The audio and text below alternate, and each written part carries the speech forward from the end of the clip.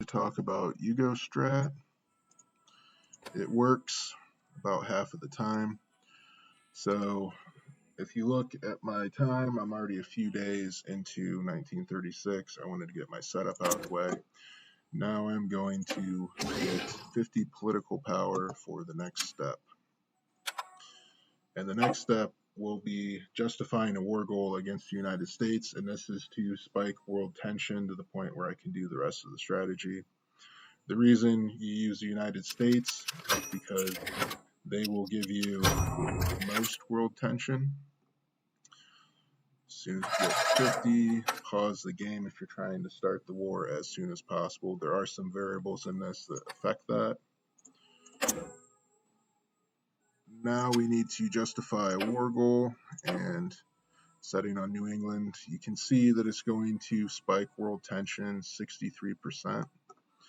I've been through this process about 30 times, trying to learn the ins and outs and figure out why exactly it goes one way or another. Haven't figured that part out, but I have seen this world tension between 62 and 65%. In former builds of the game, when you hit send, world tension would immediately spike. And in those builds, that's how you see people executing World War II on the 8th of February. So in the current build, when I hit send, it's going to trickle out that world tension over the entire 250-day period of justification. In the meantime, you want to make sure you're cranking out as many troops as possible because you have 4, if not 5 enemies. This, I should pause the game for maximum effect, but I don't want to waste your time. And get that going there.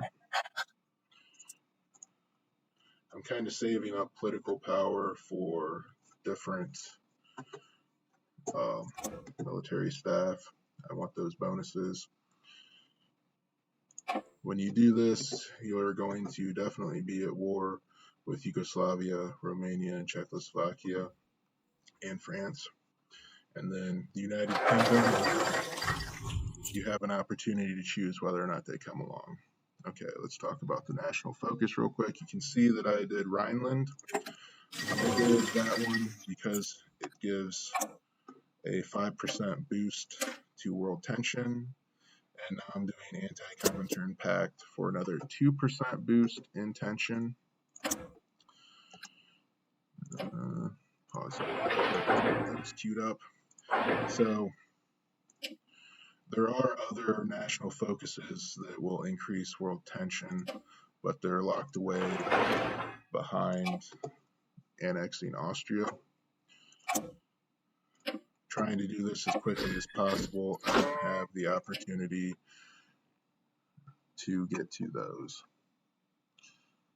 It just takes too much time if you're trying to be quick. So now I'm looking for 37% world tension so that at that point I can start manipulating Yugoslavia. I need to improve relations. However, your relations degrade over time, so I don't want to do it too soon. And it also seems like if your relations are really high with Yugoslavia, you're going to get the civil war instead of just a coup. I don't know whether or not that is true, but it seems that way in the number of playthroughs I've been through. So just let this run, keep on building up troops and training them.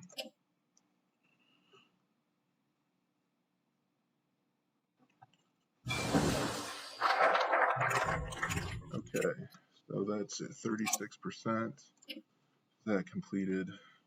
Now I could go for Austria. However, if you do that, you're going to have more borders exposed to the enemy. So we'll go with 4-year plan. Take it up to 37%. I'll grab these real quick too.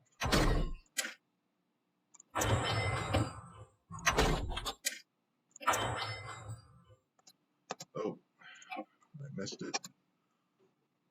I missed it by a lot because I was heavy on the space bar. That's okay. The war will start a little later than I intended, but it's the same process. So now you can see the Yugoslavian opinion of the German Reich is -10. We need to improve that to 14.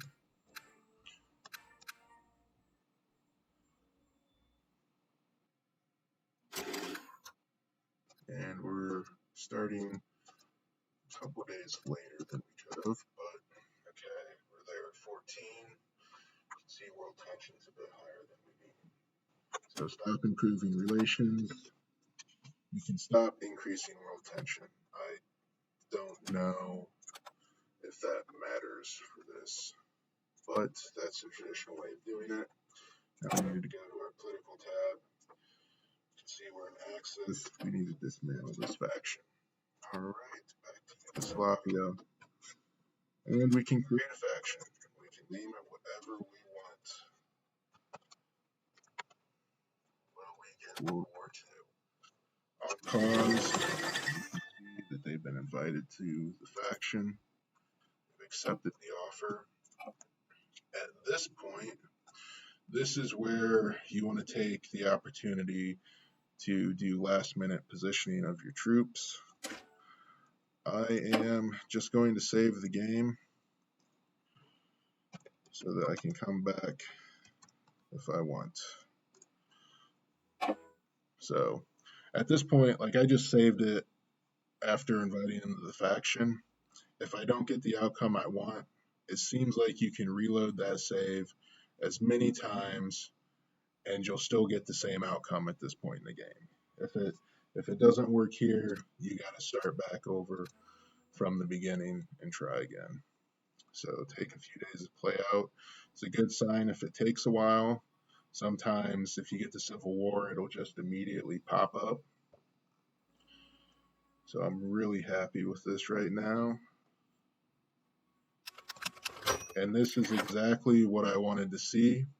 If I would have got a notification with two options, you get a Civil War, which makes it so you can't immediately use your annex goal. With this one, you can immediately execute it. So click this, see the annex goal pop up. If you unpause the game, let's look at this first. So you can see right now Yugoslavia is guaranteed by France, Czechoslovakia, and Romania. If you unpause the game, the UK is immediately going to jump in there. Every time I've played through this, if the UK is joined in and I've declared war, I've gotten completely annihilated. So I'm going to declare war before pausing it because I don't want to have to face the UK. So at this point, on pause it, you can see that the war has started. And now we're at war with those four nations. If you bring in the UK is also going to call in all their puppets. At this point, you can invite others to your faction. Italy, if we go down to Ethiopia, they're still fighting down here. If I invite them to the faction and they join in this war, France is just going to overrun them because they don't have any troops up here in Italy. And if the UK were part of the Allies at this point, then the UK would also naval invade Italy. However, if Hungary is offering to join your faction, you can invite them too. They usually jump in pretty soon. But at this point, they can see Germany's being overrun because we didn't have any troops set up. So they're smart enough to stay out of it. All right.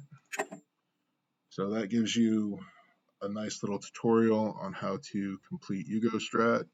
And since I know that this is a good save, I'm going to go back, set up my troops on the borders where I need them, and play through.